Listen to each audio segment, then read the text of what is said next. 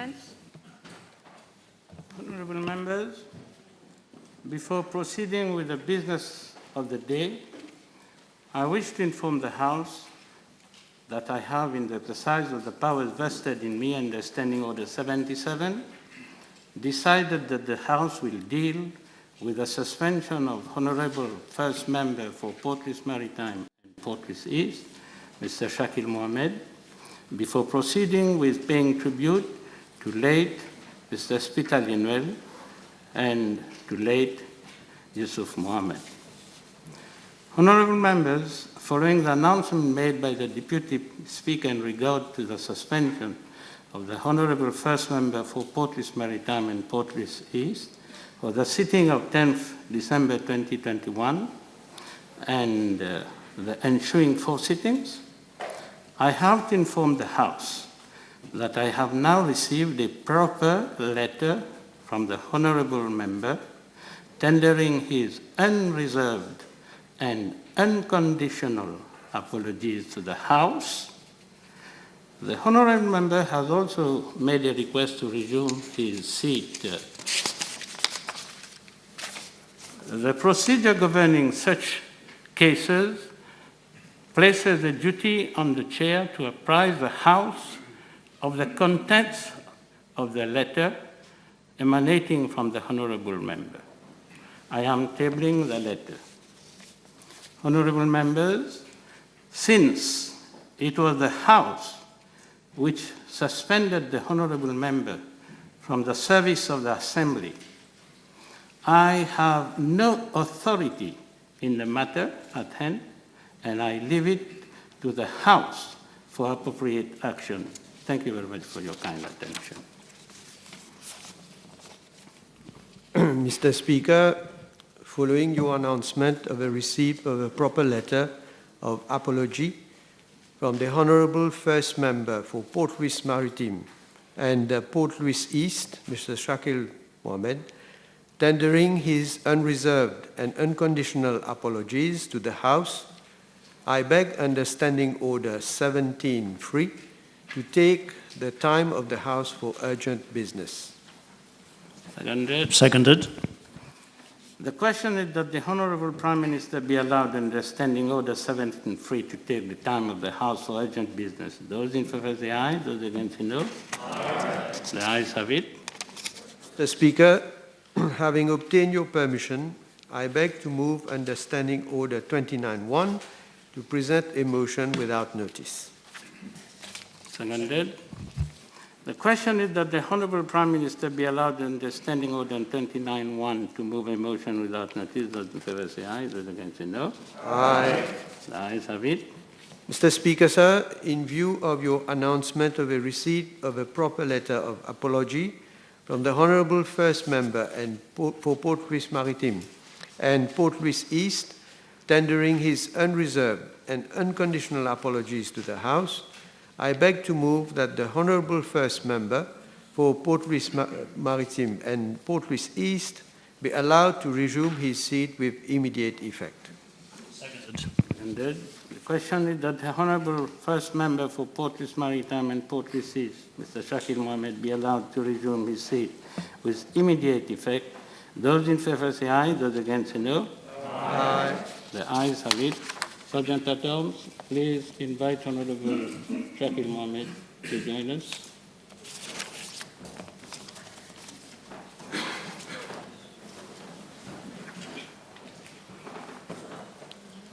Obituary. Mr. Speaker, sir, it is with deep regret that we have learnt of the demise of 2 former members of Parliament, Mr. Alain Maurice Espitalier-Nouel, on Monday, 28th of March 2022, at the age of 90, and Mr. Mohammed Yusuf Abdul Razak Haji Mohammed, SC GOSK, on Sunday, 3rd of April, at the age of 88. Mr. Speaker, sir, Mr. Alain Maurice Espitalier-Nouel was born on 4th August 1931 in Cupip. After completion of his secondary education at the Saint-Esprit College, Mr. Espitalier-Noël pursued further studies in accounting and became holder of a professional qualification awarded by the Association of Chartered Certified Accountants. From January 1972 to March 1974, he served the Municipal Council of Vaqua Phoenix as Municipal Commission Chairperson. In 1976, he ran for the general election in constituency number 17, Cupip and Midlands, under the banner of the Parti Mauricien Social-Démocrate, and was elected as second member. He was appointed Minister of Local Government, a portfolio which he held until 1979. In 1982, Mr. Espitalier-Noël ran for the general election in the same constituency under the banner of Parti de l'Alliance Nationale, but was not elected. Mr. Espitalier-Noël was a prominent figure in the business community in Mauritius. Mr. Speaker, sir, may I request you to kindly direct the clerk of the National Assembly to convey the deep condolences of the Assembly to the members of the bereaved family of late Mr. Alain Maurice Espitalier-Noël. Is there opposition? Mr. Speaker, sir, I associate myself with the tribute made by the Honourable Prime Minister to late Mr. Maurice Espitalier-Noël, former member of the National Assembly. Apart from being a distinguished minister, Mr. Espitalier-Noël was also in charge of one of our biggest industrial and agricultural conglomerates in Mauritius, a task which he performed with brilliance. May I therefore also request the clerk to convey our deepest condolences to the bereaved family. Honourable members, I associate myself with the tribute paid to the memory of late Mr. Espitalier-Noël, former Member of Parliament, by the Honourable Prime Minister and Honourable Leader of the Opposition, and I direct the clerk to convey the deep condolences of the Assembly to the bereaved family. Mr. Speaker, sir, Mr. Yusuf Mohamed, as he was commonly known, was born on 22nd of June 1933 in Port Louis. He attended Royal College Cupip and Royal College Port Louis for his secondary education. In 1954, he left for the United Kingdom to study law at the University of Bristol. In 1960, he was called to the bar at the Middle Temple in London. He returned to Mauritius in 1961 to practice as a barrister. Between 1963 and 1965, he specialized in French law at the Faculté de Droit de Paris, after which he returned to Mauritius and resumed his practice. In 1967, Mr. Mohamed joined the Comité d'Action Musulman, a party founded by his father, Sir Abdul Razak Mohamed.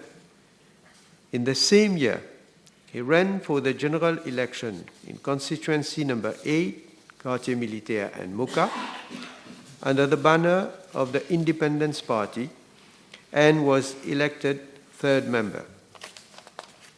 He was elected deputy chairman of committees on 2nd of December 1969. He was re-elected for the same position in November 1970 after the prorogation of the Legislative Assembly. In 1976, he ran for the general election in the same constituency under the banner of the Independence Party, but was not elected. He was allocated a seat under the best loser system to serve the Legislative Assembly. He was appointed Minister of Labour and Industrial Relations in December 1976, a post he held until 1979. In November 1979, he resigned as Member of Parliament. From November 1979 to June 1981, Mr. Mohammed served as Ambassador of Mauritius to the Arab Republic of Egypt. In 1981, he returned to Mauritius and resumed his practice. In the same year, he founded the Parti Islamique Mauricien. Mr. Mohammed ran for the 1982 general election for constituency number 3, Port Louis Maritime and Port Louis East, under the banner of his party, but was not elected. In 1983, he contested the general election in constituency number 15, La Caverne and Phoenix, under the banner of MSM Labour Party, and was elected third member. He was then elected as Deputy Speaker, a position he held until August 1987. He did not contest the 1987 general election. Mr. Speaker, sir, in 1991, Mr. Mohammed participated for the last time in the general election in constituency number 3, Port Louis Maritime and Port Louis East, under the banner of the Labour Party PMSD Alliance, but was not returned. Thereafter, he devoted himself to his legal profession.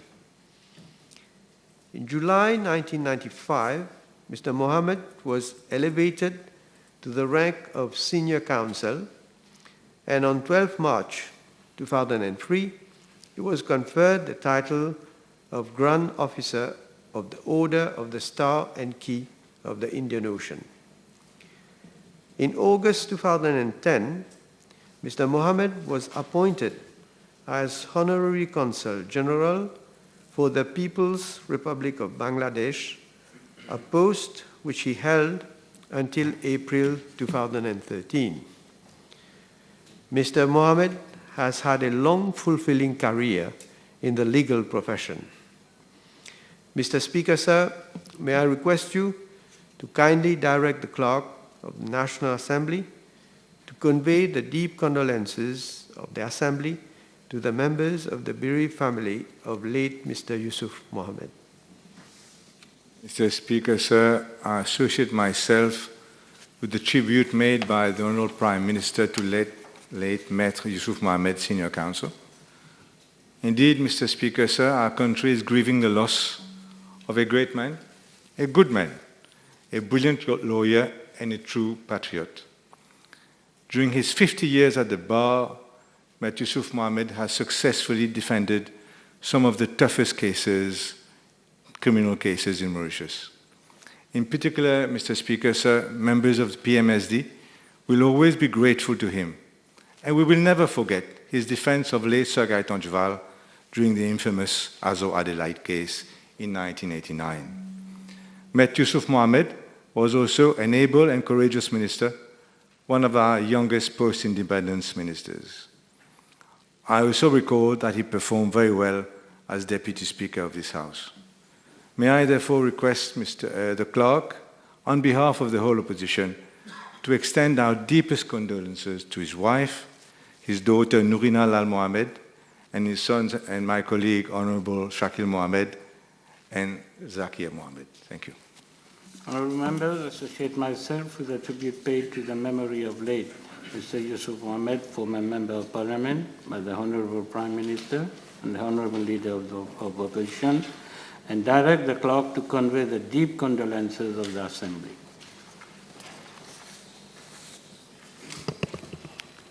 Papers have been laid. Questions? Mr. Speaker, sir, my PNQ is addressed to the Honourable Minister of Finance, Economic Planning and Development. Whether in regard to rising prices, decreasing the purchasing power of lower and middle-income households, he will state if he will consider applying the following package of measures with immediate effect. A, reducing taxes and levies on petroleum products. B, applying value-added tax on the free on-board price instead of cost insurance and freight on imported items, increasing pensions to re-establish the purchasing power of same since last increase, D, providing cash handouts to families, E, offering savings bonds to pensioners at inflation-proof interest rates, F, expanding the existing subsidy regime to other items, and G, reducing profit margins of importers on subsidized products, for instance on milk powder.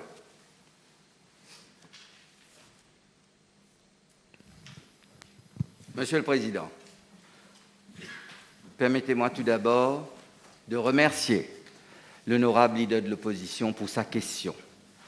La PNQ d'aujourd'hui me permet en effet de revenir sur l'action décisive de ce gouvernement pour soutenir la population mauricienne dans une situation soumise à de multiples chocs externes. Pour bien comprendre les enjeux, je m'attarderai dans un premier temps sur le contexte dans lequel nous évoluons. Monsieur le Président, revenons sur les 2 dernières années, car, suivant l'intuition churchillienne, pour comprendre le présent et préparer le futur, nous devons analyser le passé. Nous avons été plongés dans la plus grave crise que le monde moderne n'ait jamais connue, une crise qui a chamboulé nos modes de vie et a bouleversé notre trajectoire de croissance économique. Dès avril 2020, le Fonds monétaire international n'avait pas mâché ses mots quant à la gravité et la profondeur de la crise. Face à l'ampleur du choc, il s'agissait coûte que coûte de préserver les vies et les moyens de subsistance de la population. Le FMI préconisait l'application d'une politique à 3 niveaux pour préserver l'essentiel, à savoir l'emploi. Nous devions prévenir les défauts de paiement, éviter les faillites et surtout maintenir les capacités de production. Monsieur le Président, cette pandémie nous a coûté 15 points de PIB.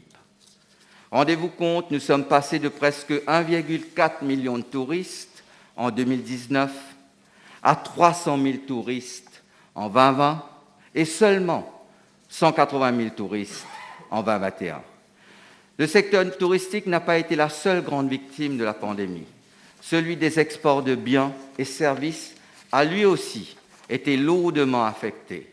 Le niveau des exports de biens et services est passé de 192 milliards de roupies en 2019 à 128 milliards de roupies en 2020 et à 132 milliards de roupies en 2021. Un manque à gagner cumulé de plus de 120 milliards de roupies, toutes choses égales par ailleurs.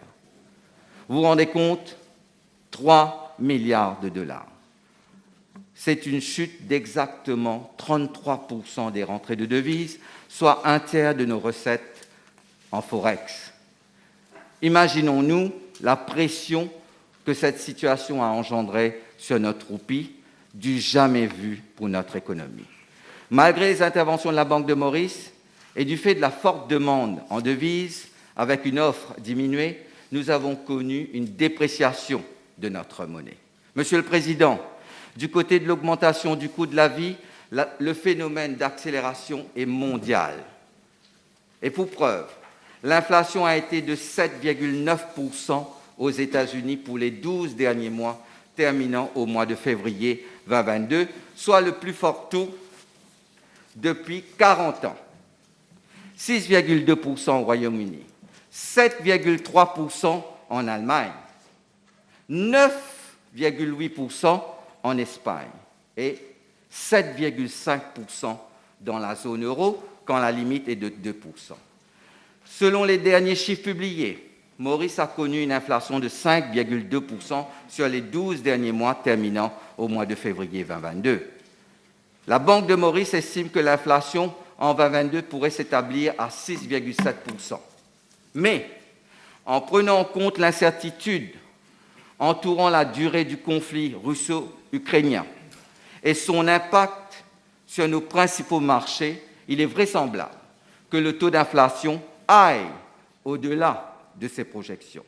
Monsieur le Président, pour répondre aux parties allant de A à G de la question, Et au regard du contexte que je viens d'expliciter, permettez-moi de rappeler les mesures que ce gouvernement a déjà prises.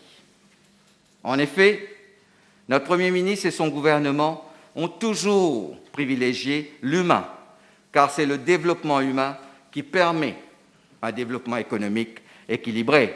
Malgré les pressions, cette philosophie, partie intégrante de notre ADN, continue de nous guider. Ainsi, et entre autres, nous avons maintenu le Basic Retirement Pension à 9 000 roupies, ce qui représente une augmentation de 148,4% depuis 2014, année où le BRP s'élevait à seulement 3 623 roupies. Nous avons versé le Wage Assistance Scheme et le Self-Employed Assistance Scheme à plus de 550 000 personnes pour un coût de 27 milliards de roupies afin de soutenir le pouvoir d'achat des employés. Car préserver les emplois, c'est avant tout préserver le pouvoir d'achat des Mauriciens. Nous avons maintenu la subvention sur le prix du gaz ménager, de la farine et du riz, un soutien de 4 milliards de roupies. Nous avons également introduit une subvention et un prix maximum sur 7 nouveaux produits, à savoir l'huile comestible, les grains secs, les tomates en conserve, le lait en poudre, la margarine, le fromage et le poisson en conserve. De juillet à décembre, cette mesure a été prolongée jusqu'en juin 2022 et représente quelque 1,2 milliard de roupies. Nous avons par ailleurs mis en place une campagne de vaccination gratuite contre la Covid-19 pour l'ensemble des Mauriciens et avons maintenu la gratuité des soins. Cette mesure de vaccination a été de l'ordre de 1,3 milliard de roupies. Nous avons enfin prévu une compensation salariale de 500 roupies pour ceux qui gagnent moins de 13 000 roupies et 400 roupies pour les autres travailleurs. Cette augmentation est en application depuis le début de l'année 2022. Monsieur le Président, nous irons encore plus loin. À cet égard, je tiens à rassurer la population et le leader de l'opposition quant au fait que le gouvernement travaille actuellement sur les différentes options pour continuer à soutenir le pouvoir d'achat des Mauriciens. Au niveau de mon ministère et en cette période prébudgétaire, j'ai mis en place un groupe de travail pour plancher sur les mesures prenant en compte les besoins des plus démunis. En ce sens, les consultations vont bon train. Suite à la mise en ligne de la plateforme de consultation prébudgétaire, nous avons d'ores et déjà reçu plus de 700 propositions qui sont actuellement à l'étude.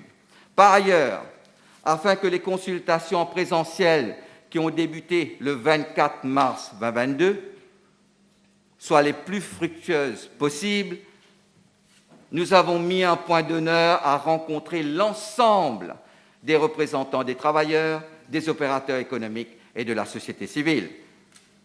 Un certain nombre de pistes et propositions discutées au cours de ces échanges ont directement pour objectif de maintenir le niveau du pouvoir d'achat à Maurice, comme l'a suggéré le leader de l'opposition. Je persiste et signe. Notre gouvernement, ce gouvernement, sous le leadership du Premier ministre Pravin Kumar Jagnat, fera tout ce qui est en son pouvoir, en tenant compte des marges de manœuvre actuelles pour protéger la population qui lui a accordé sa confiance. Monsieur le Président, pour terminer, j'ai souvent regretté le fait que l'opposition ne soit jamais une force de proposition. Mais là, je dois dire, le leader de l'opposition est venu avec certaines suggestions qui vont dans le sens de notre philosophie. Ces propositions sont nobles et je tiens à confirmer qu'elles vont être étudiées par les équipes de mon ministère qui travaillent d'arrache-pied. Serait-ce le début d'un changement d'attitude du leader de l'opposition envers les plus vulnérables? Et je l'espère, mais je ne voudrais pas non plus être dupe. Quand je regarde dans le rétroviseur et que j'analyse la philosophie et l'historique de certains dans l'opposition, lorsqu'elles étaient au pouvoir, j'émets de sérieux doutes. Monsieur le Président, cette question me permet de mettre en perspective certaines périodes de notre histoire récente. Et pour cela, il nous faut faire parler les chiffres qui dénoncent les injustices. Prenons l'année 2008. C'est pas si loin. Le taux d'inflation était de presque 10%, un taux déraisonnable à ce moment précis. Pourtant, malgré ce coup de massue sur le pouvoir d'achat, la compensation salariale n'avait été que de 8,8%. Ce taux peut paraître acceptable, Monsieur le Président, mais souvenons-nous qu'à cette période, nombreux salariés ne percevaient que 1 500 roupies par mois. La hausse salariale n'était que de 121 roupies pour ces pères et mères de famille. À vrai dire, plus de 50 000 chefs de famille recevaient un salaire de moins de 3 500 roupies par mois à cette période. Les pensionnés, eux, ne touchaient que 2 802 roupies. La hausse accordée, une peau de chagrin, avait été de 143 roupies, faisant donc un total de 2 945 roupies. You don't have the floor. Yeah, if you have one. Yes. This is a serious question. People are suffering. La réponse est sérieuse. And in reply to my question, the Honourable No, this is not a point of order. You know fully well. You know fully well you have no point of order. You're just embarrassing the minister from replying. Please, proceed. Les pensionnés, eux, je reviens, ne touchaient que 2 802 roupies.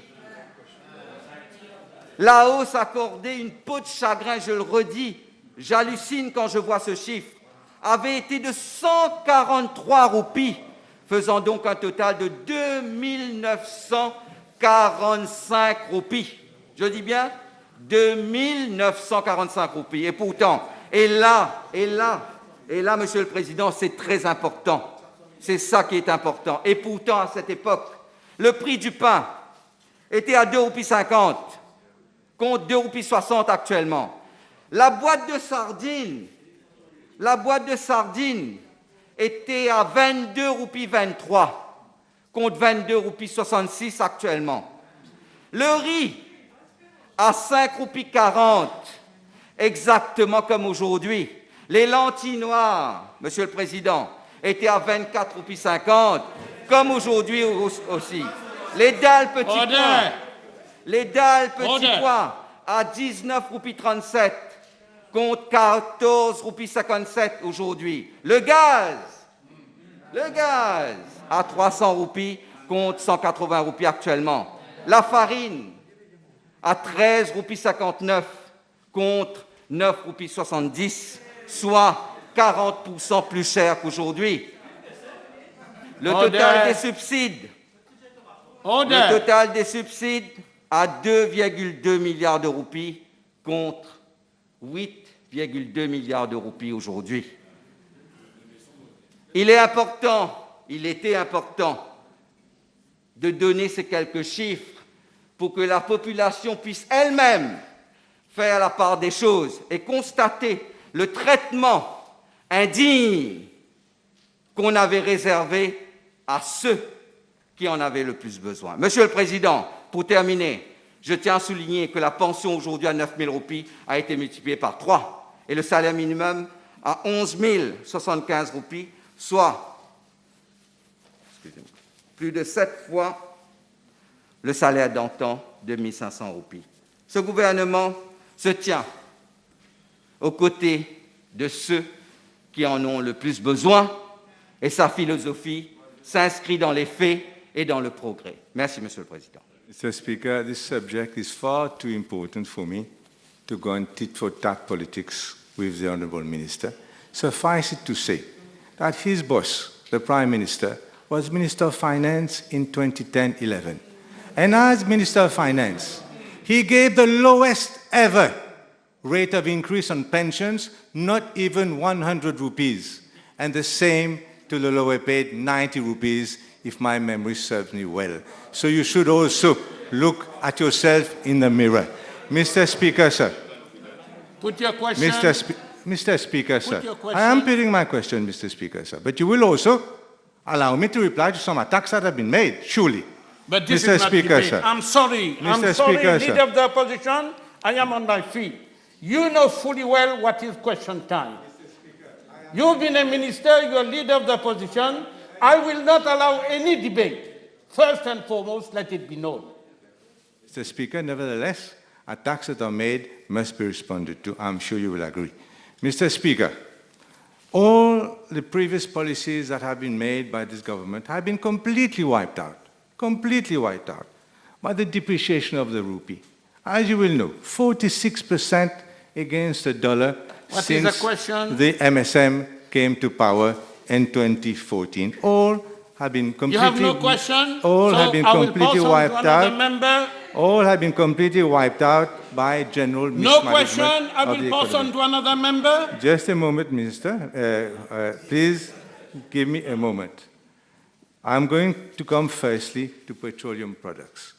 And I'm going to ask Honourable Minister also whether he is in touch with what is actually happening in the country, citing a ridiculous 5% of headline inflation, which is worked out, as you know, Mr. Speaker, it's an average over 24 months.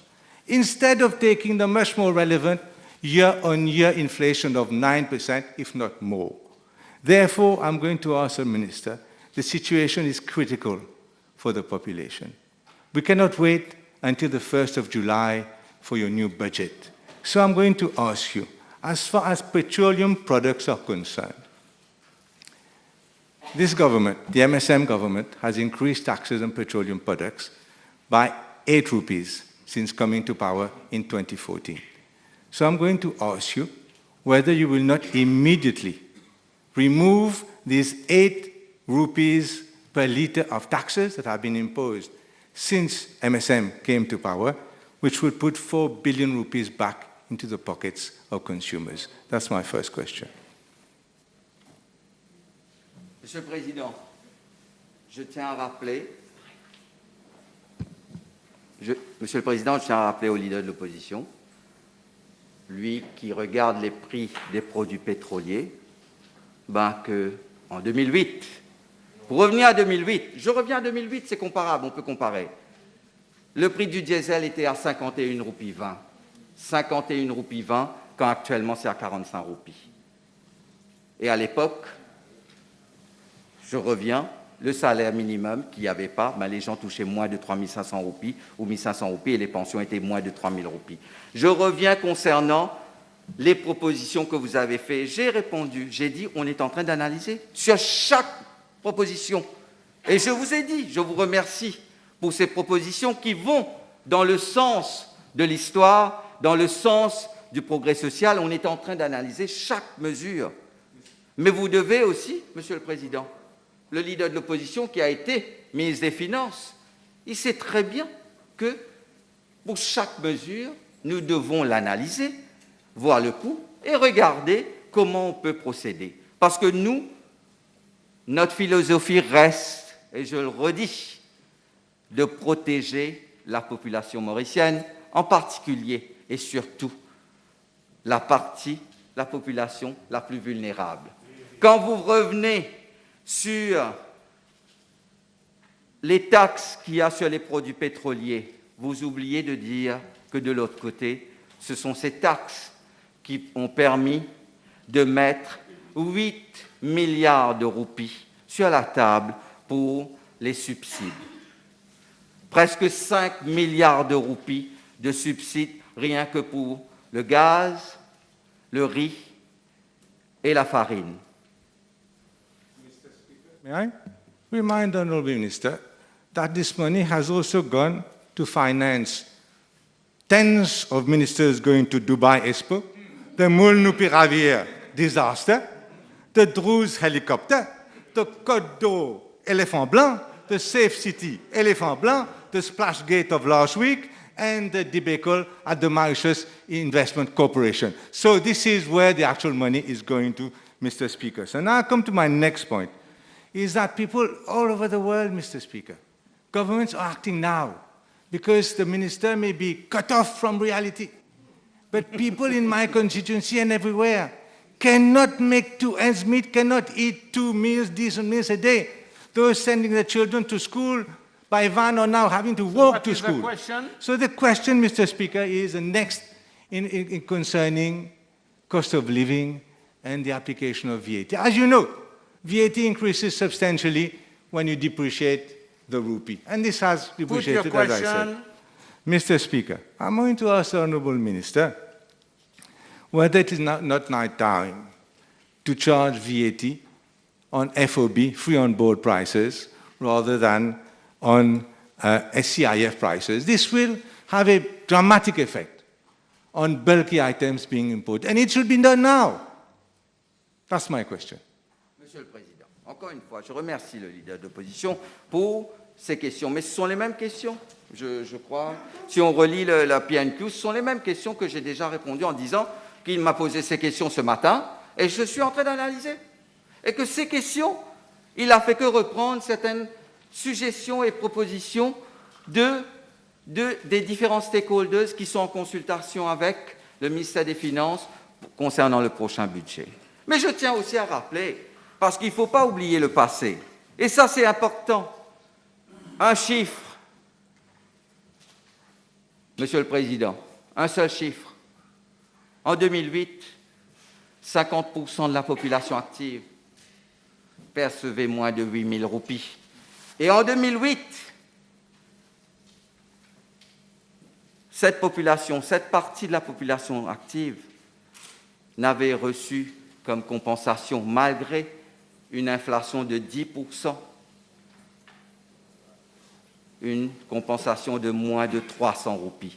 Donc, Monsieur le Président, nous regardons devant, nous travaillons sur les mesures. Nous avons toujours travaillé pour la population, en particulier pour ceux au bas de l'échelle, et nous continuerons à faire ce travail pour lequel la population a voté et nous a donné un mandat. Merci, Monsieur le Président. It's shameful to do tit-for-tat politics. I remind him again, on 2010-2011, the lowest in recent history increase in pensions and in minimum salary was through the Prime Minister, Pravin Jagnnath. So, Mr. Speaker, I come now to pensions.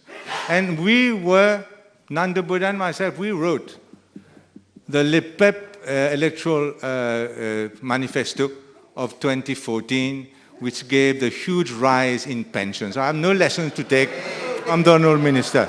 Now, Mr. Speaker, it can be easily be calculated that pensions since the last increase in 2019, pensions have lost purchasing power of more than 2,000 rupees. What is the question? 2,000 rupees. Well, if you wait, you will understand. You will get the question. No, I don't have to wait. Well, you have to wait. put your question. You have to wait, Mr. Speaker. No, I Now, don't wait. You have I'm to going put to. your question. Well, you have to wait. Now, Mr. Speaker, I'm going to ask the honourable member, Minister, that there's urgent need to arrête couillon banvier and give them back the loss in. This is nothing to do with an increase. It will be the same real value as 2019. The pension has got to move from 9,000 rupees to 11,000 rupees. Nothing less will do. Monsieur le Président, je tiens simplement à dire, la population sait qui couillonne qui. Hein? Mais je vais ici parce que par 2 fois, Monsieur le Président, l'honorable leader de l'opposition a attaqué notre Premier ministre. Et je profite de cette occasion pour le remercier de cette remarque parce que j'aimerais, dans cette auguste assemblée et devant la population entière, rendre hommage à notre Premier ministre. No, wait. Wait, you have to wait. You have to wait. Let the minister reply. Rendre hommage. You have to wait. Rendre hommage à notre Premier ministre. Wait. Rendre hommage à notre Premier ministre pour son courage, sa détermination et son humanisme pour avoir introduit le salaire minimum. Pour rappel, je le redis, en 2008, 50% de la population touchait moins de 8 000 roupies. Malgré les lobbies insistants, Monsieur le Président, le Premier ministre avait su résister et à faire de cette mesure historique une réalité pour tous les Mauriciens. Je me saisis de cette occasion pour inviter les membres de la Chambre pour applaudir l'action de notre Premier ministre. Merci, Monsieur le Président. Hold on, you tap la main dans une minute là. This country, Mauritius, is dangerously nearing the situation of Sri Lanka. Even the World Bank and the IMF is saying so, and you just need to look at the reports, noir sur blanc, Mr. Speaker, sir. Inflation, Mr. Speaker, has hit the roof like in Sri Lanka and everything else. I won't have time to go into it. I'm going to ask now about cash handouts and or supermarket vouchers. Now that would be a way, as suggested recently by, I can see you referred to him, Honorable Ramasitanen. And cash handouts, supermarket vouchers would be one way to help the lowest workers and the lower income groups in Mauritius. Now we're going to see cash handouts giving out in a mini budget, which I would invite the Honourable Minister to come up next week, a mini budget with all the items that I'm proposing today. Monsieur le Président, juste pour rappel, je vais revenir un petit peu sur, vous savez, l'histoire, l'analyse de l'histoire est très importante. Je reviens, l'année 2008, 10% d'inflation. Vous êtes en train... Ce n'est pas drôle. You have to respect the House. Don't forget you are the leader of the opposition. Monsieur le Président, ce n'est pas drôle. À l'époque, je le redis, à l'époque, les pensionnés touchaient moins de 3 000 roupies et il y avait plus de 50% de la population active qui touchait moins de 8 000 roupies. On ne se moque pas, on ne rigole pas de cette situation. Il y avait 10% d'inflation, et je le lis dessus. En 2008, les subsides sur le riz, la farine, on avait mis 1,3 milliard. Nous, ce gouvernement a mis 4 milliards de roupies sur la table pour le riz, la farine et le gaz. Sur les produits essentiels, nada, zéro, rien en 2008, malgré 10% d'inflation. Et nous, on a mis 1,2 milliard de roupies. Sur la tarification de l'électricité, encore une fois, zéro, malgré une hausse du coût de la vie de 10%. Nous, on a mis 140 millions de roupies. Les subsides concernant les frais d'examen pour le SCHSI, on a mis 290 millions, nous, à l'époque, 58 millions. Je ne parle même pas de l'éducation tertiaire gratuite, 550 millions. À l'époque, on ne savait même pas ce que c'était. Et tous les autres subsides pour les plus vulnérables, en particulier concernant les planteurs et concernant la distribution d'eau. Nous avons mis 650 millions de roupies. Et à l'époque, que 150 millions. Donc, je reviens là-dessus, Monsieur le Président. Nous sommes en train de travailler, nous viendrons très bientôt avec une liste de mesures pour venir en aide à la population la plus vulnérable. Merci, Monsieur le Président. The Minister continues with 2008, while this country today is heading for a blowout crisis like Sri Lanka, Mr. Speaker, and it goes back all the time to 2008. So I will ask the Honourable Minister concerning subsidies now. He has made some effort, 300 items out of 40,000 items in the supermarket, to extend the subsidies on other basic goods like frozen food, basmati rice, bread, edible oil, and medicines, Mr. Speaker, and at the same time, not repeat the mistake that he made on the milk products, whereas he subsidized those products and allowed 35% excessive margins by the importers. Monsieur le Président, je ne vais pas reprendre tout ce qu'on a dit sur ma réponse. Je dis simplement, les faits parlent. Les faits parlent et l'histoire nous donne raison par rapport à l'analyse des chiffres. Nous, de ce côté de la Chambre, nous au gouvernement, nous avons dans notre ADN ce principe, cette philosophie de travailler pour l'humain et de nous concentrer pour ceux au plus bas de l'échelle. Nous ne sommes pas comme ceux qui, à l'époque, en 2014, quand le gouvernement Les PEP avait proposé 5 000 roupies comme pension, avaient dit « Oh, c'est pas possible !» Ben, il nous faudrait au moins 5 ans pour arriver à ce chiffre de 5 000 roupies. 5 ans 4 372. Hein? À l'époque, je n'avais pas entendu parler d'augmenter la pension, etc. Mais non, à l'époque, ils étaient au gouvernement, et eux, ils ne pouvaient pas le faire. Mais maintenant, quand on est dans l'opposition, c'est facile de venir avancer les chiffres. 8 000, 10 000, 12 000, 15 000, qui dit mieux? Mais nous, je le redis, nous avons travaillé et nous avons fait.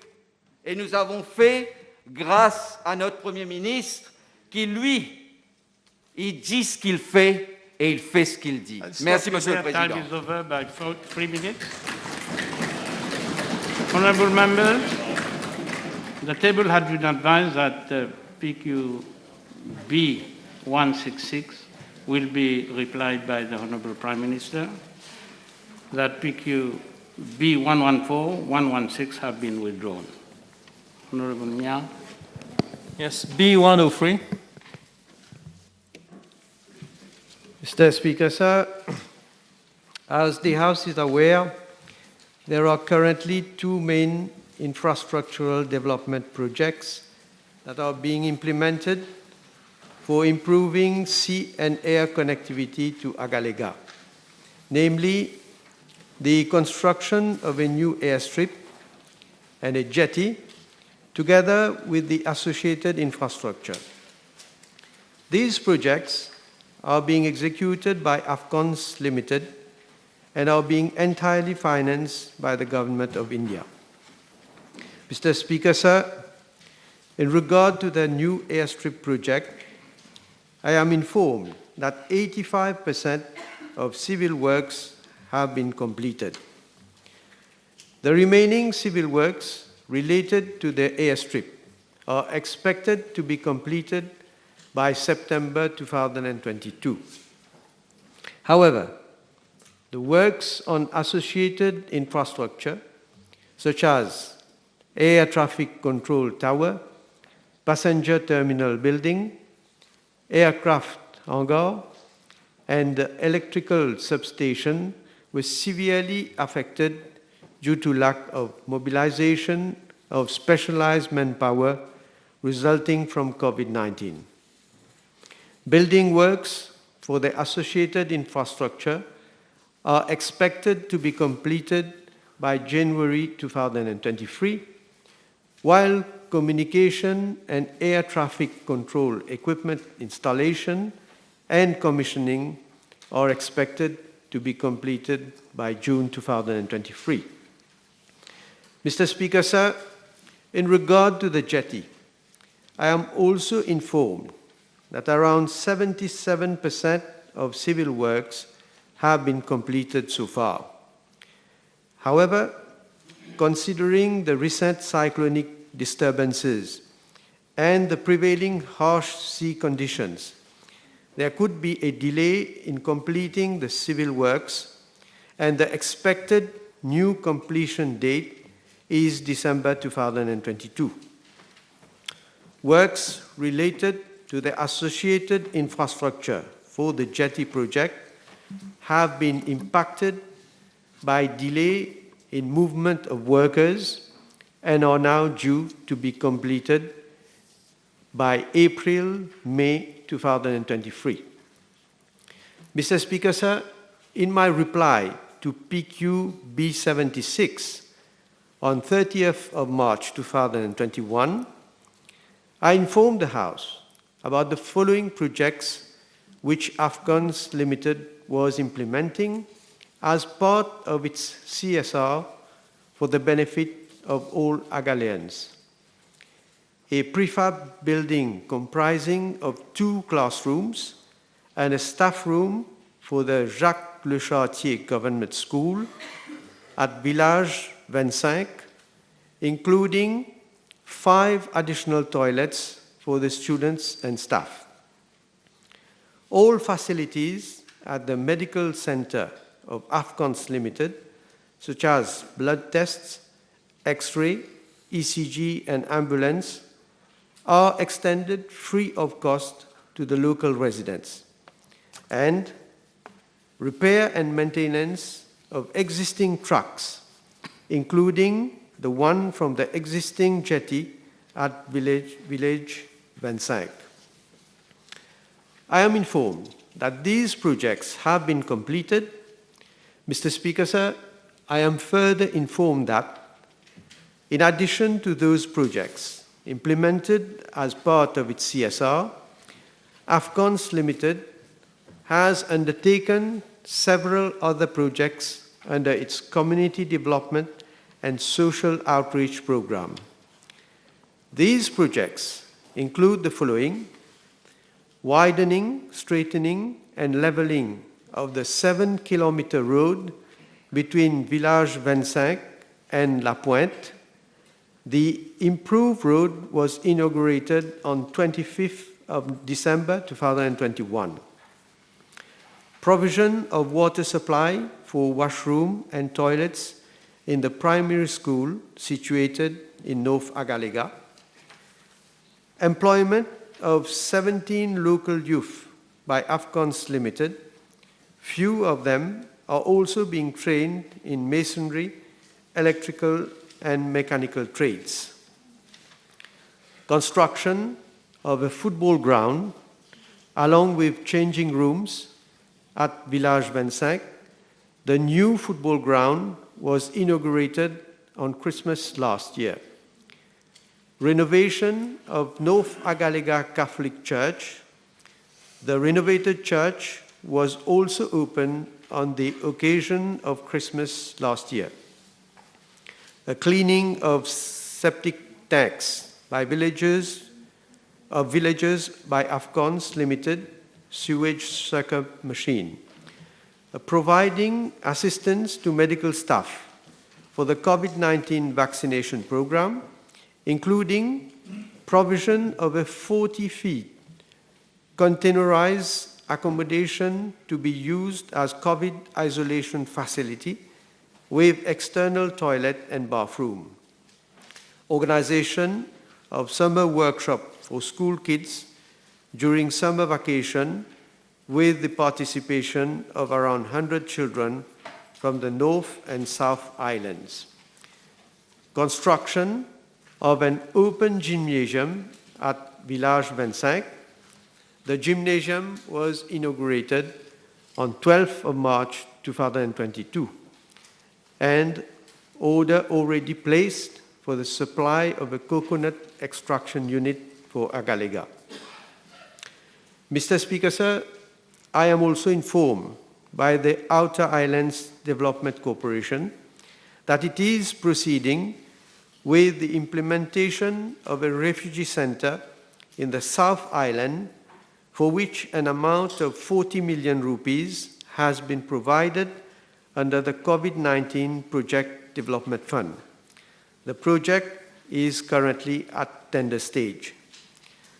One of the main responsibilities of the OIDC is to provide decent accommodation to the inhabitants of Agalega, as well as to the personnel of ministries and departments on tour of service there, whilst facilitating access to services such as health, education, water, electricity, and telephony and internet services.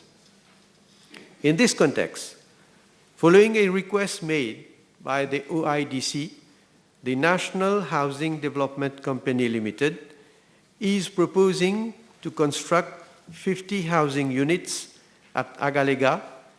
36 of these units will be located at the Village 25 in the North Island and 14 units at Village Sainte Rita in the South Island.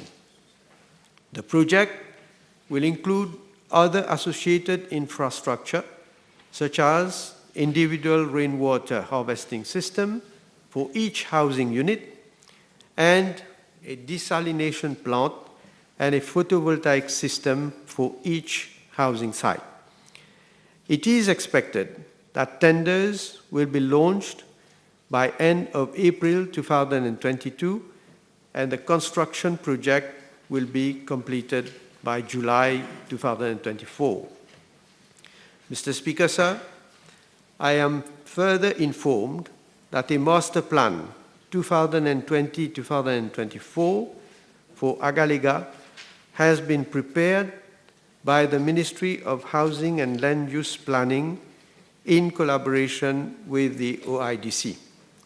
This will set the base for a proper long-term strategy to promote the sustainable development of the island and impact positively on the standard of living of the Agaleans. Thank you. Yes, Mr. Speaker, I have 3 supplementary questions. I shall ask one by one with your permission. Firstly, with the ongoing projects in Agalega that the Prime Minister has just enumerated, clearly Agalega will be transformed. And as representative of Agalega in Parliament, some inhabitants have expressed their fears that in the future they would be asked to leave the island. It's not my view, but some inhabitants have contacted me regarding this issue. The more so that now for any Mauritian to visit Agalega, there need to be a deposit of 500,000 rupees, une caution de 500,000 rupees. Therefore, can I ask the Honourable Prime Minister if he can reassure the House, the population, especially the Agalegans, that this scenario will not be the case? Well, first of all, I am very happy that the Honourable Member himself says that he does not believe in the fact that Agaleans will be asked to leave the island. And of course, this is not going to be the case. In fact, the projects that I have announced goes in totally the other direction. That is, we want to provide Agaleans with the necessary infrastructure and in terms of improving the standard of living and also providing the required amenities for them to be able to have a decent living there. It's good that the Prime Minister has reassured the House, but also the Agalegan. Can I move on to the next supplementary, Mr. Speaker? Again, as representative of Agalega, the last time that I have visited Agalega dates back to almost 10 years. And I was accompanied by Honorable Shakil Mohammed at that time. And since then, I have made several requests to your office in 2015, 2017 for a visit to Agaliga, to visit my constituency, to visit the inhabitants. Therefore, can I ask the Honourable Prime Minister if he can do the needful, of course, as soon as possible, for representatives of Agaliga to visit their constituency? Well, I know that Agalians are free to travel from Agaliga to Mauritius and from Mauritius back to Agaliga. I don't see why it is not possible for members of parliament to be able to travel and to go to Agaliga. And more so that I am informed that contrary to what the honourable member has said, there is no such deposit of 500,000 rupees that has to be made. This is not correct. Let's hear from the Honourable Leader of the Opposition. Mr. Speaker, I'd like to ask the Honourable Prime Minister a very serious question. In these times of heightened hostilities around the world, in these times of heightened hostilities around the world, hostilities, war breaking out, etc., what arrangements have been done to protect the island, the population, and the 3-kilometer one-way that you have built in case some superpower or anyone would wish to invade that island and take it as a base in the Indian Ocean? It's a very serious question. Okay, your question stops there. Speaker, sir, as usual, I always give serious answers also.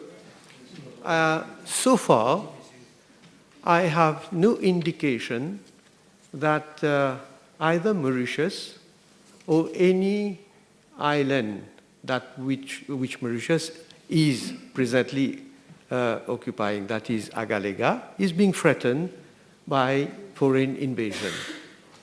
I have no such indication, but anyway, should probably Honourable Leader of the Opposition has any such kind of information, as a good patriot, I'm sure he is going to share that information to me so that we can analyze. First of all, I can tell the House that I will analyze this information to see how serious there could be a threat to Agaliga or to Mauritius, and then, of course, try to take any action. Honourable Abbas Mahmoud. Thank you, Speaker. Can the Honourable Prime Minister state whether sites have been released for the implementation of the 50 housing unit project? Site. Yes. I am informed that the officers of the Ministry of Housing and Land Use Planning have visited Agaliga. In fact, it was, I think, December last year, and they had identified the 2 sites for the housing projects. But I can recall, I think the consultant, Lux Consult, is now, of course, will have to survey the land to see whether it is appropriate, and therefore then the project will be implemented. Coming back to the issue of 50 housing units, Mr. Speaker, answering a PQ on 16th April of 2019, that is almost 3 years back, the then Vice Prime Minister and Minister of Local Government gave the same answer that the Honourable Minister just gave to the House. That is 50, I quote, 50 housing units by the NHDC, and that it is in the process of enlisting a consultant, job description, etc. May I ask the Prime Minister, why is it that after 3 years of the project has already been announced, the project had not yet even started? It's been 3 years. Well, Mr. Speaker, sir, we have had a number of problems. I must admit that with the past situation that has prevailed, namely, for example, the 2 years that we've been faced with the pandemic, it has been very difficult to have, consultant people to move, especially that Agaliga is not next door. It is not within the part of, it is not something that where we can move people easily, let me put it that way. And I must say also that what I have stated with regard to the project is not going to be easily implemented because, for example, to be able to have contractors who will eventually bid for the project, I think the number of contractors also will be, first of all, is going to be limited because not everybody will be able to have all the materials to be transported to Agaliga for such project. And hopefully, we expect that the cost of these housing units also will not be so high.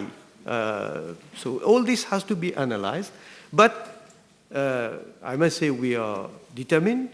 We are, in fact, looking into ways and means of realizing this project.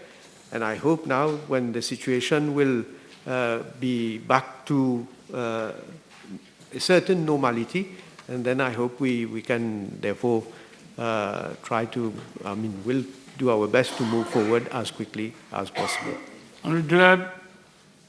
Thank you, Mr. Speaker, sir. The Prime Minister just mentioned projects being executed by AFCONs.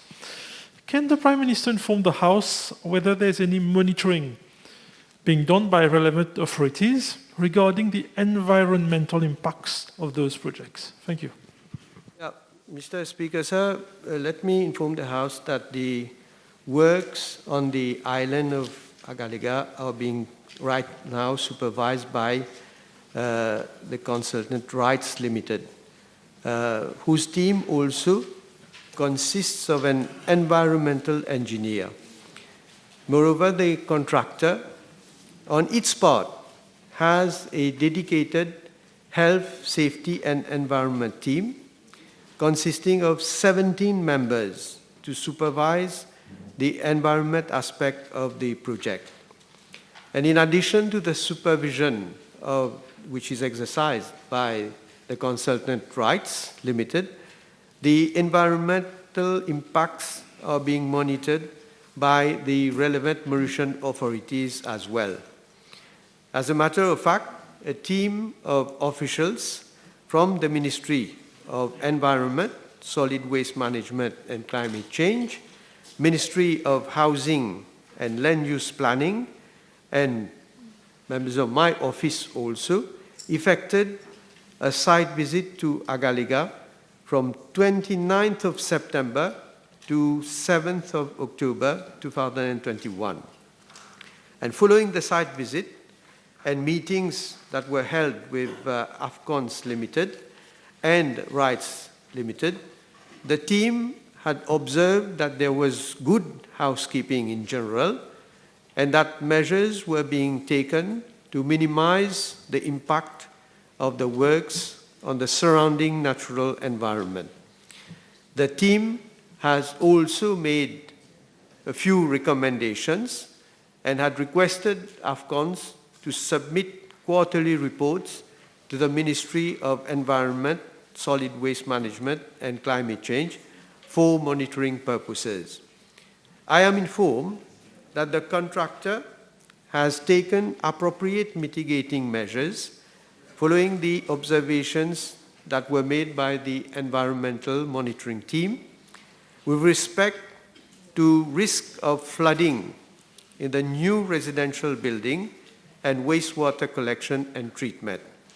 The mitigating measures comprised of the following: all the buildings are on a higher level with respect to the roads, and in line with engineering practices, finished floor level of all the buildings has been kept at 450 millimeters above the surrounding ground level. Does you have a question? Yes. Can I ask the Prime Minister whether when all the facilities come on stream, I have in mind, of course, the port facilities, once the projects are implemented, will be co-managed by India and Mauritius? I am really surprised, Mr. Speaker, sir. Wait, Really? wait. You should understand one thing. Excuse me. You should understand. After having put your question, you have to wait for a reply. There should be no cross-talking, and we should not be fighting.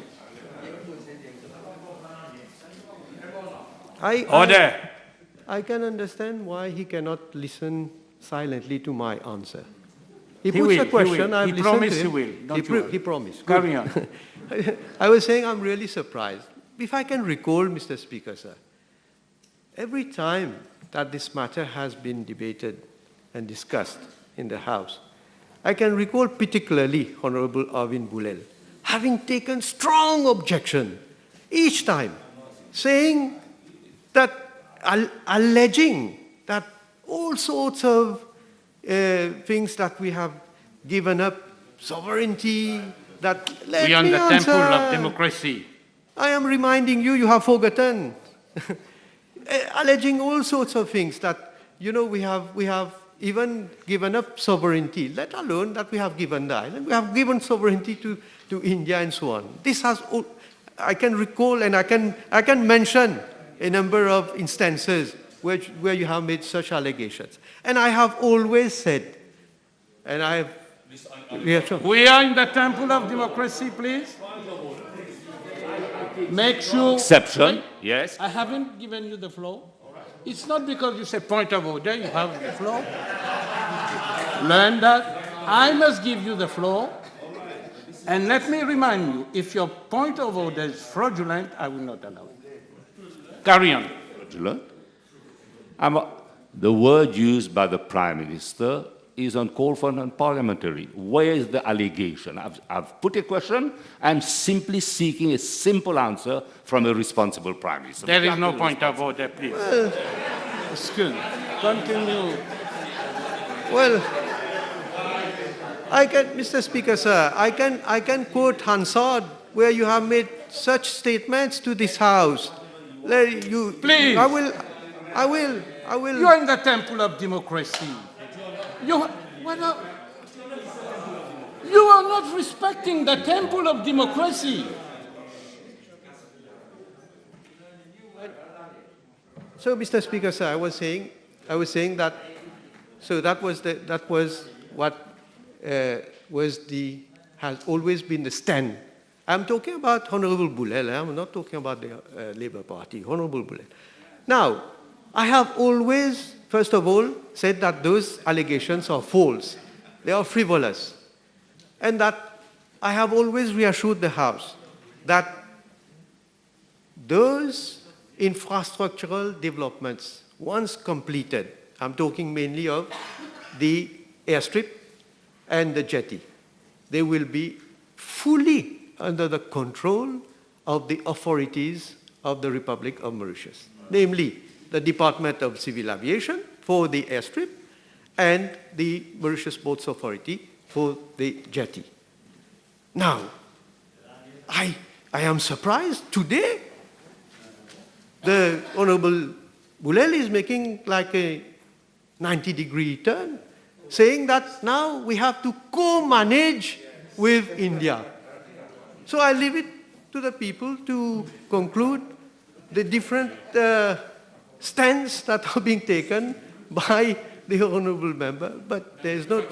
But let me say that there's not going to be any co-management. There is going to be only one management. That is for the authorities of the Republic of Mauritius. Honourable Tu. Thank you, Mr. Speaker, sir. Can the Honourable Prime Minister inform the House of the sanitary protocol currently in place in Agalega in view of the COVID-19 situation?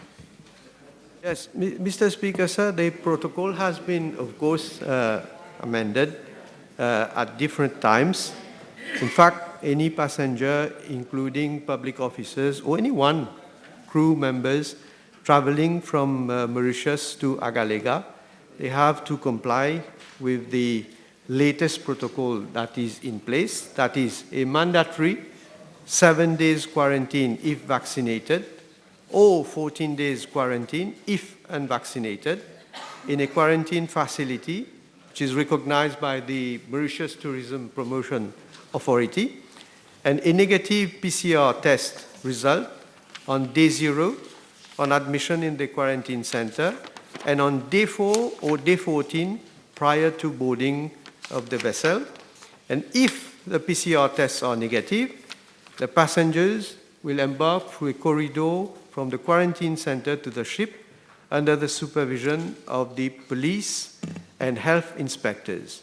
And in case the departure of the vessel is delayed, the passengers and the local crew members have to stay in quarantine until embarkation. Honorable Béranger?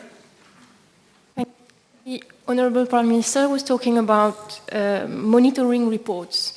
Can I ask how many monitoring reports have been received till date, whether any damage to the ecosystem has been reported, and will he table a copy of those monitoring reports, please?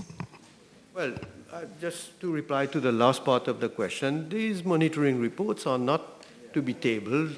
Honorable Member probably has no experience, not having been in government.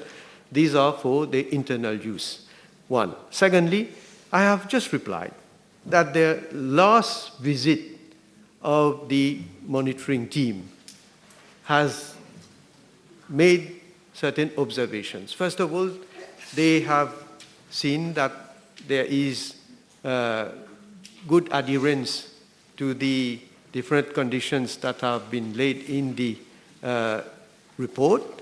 And secondly, that they have made a few recommendations. I don't want to waste the time of the House to repeat again what have been those recommendations, and these are being again adhered to. So how many reports, how many monitoring reports have we received? Well, I don't have the information right now, but I will have to check and, of course, then provide it to the House. Remember, the table has been advised that PQ B113, addressed to the Honorable Prime Minister, has been withdrawn. Also, PQ B145, 151, 152, 159, 157, 170, 171, 173, 185, 194, 202, and 205 have been withdrawn.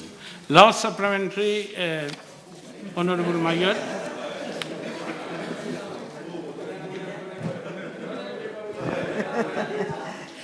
Thank you, Mr. Speaker, sir.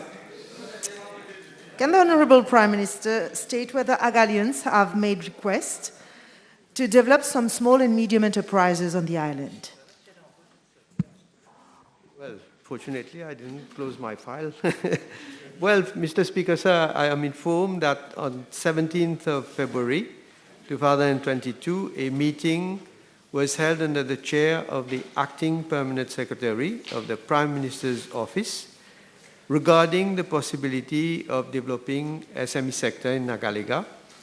This meeting was held in the presence of representatives of SME Mauritius. And further to this meeting, on 23rd of February 2022, discussions were held with a group of 20 Agalians to assess their views in regard to the development of an SME sector. The Agalians have expressed their wish to import cattle to crossbreed the existing 15 animals for stronger breed, to boost the production of meat, fresh milk and manure, to import sheep and goats, which is currently not available in Agalega, breed chickens for self-sufficiency in eggs and poultry, import seeds for plantation. And a request has accordingly been made to the Ministry of Agro-Industry and Food Security to look into facilities and assistance that could be provided in terms of schemes and training, as well as support in veterinarian services.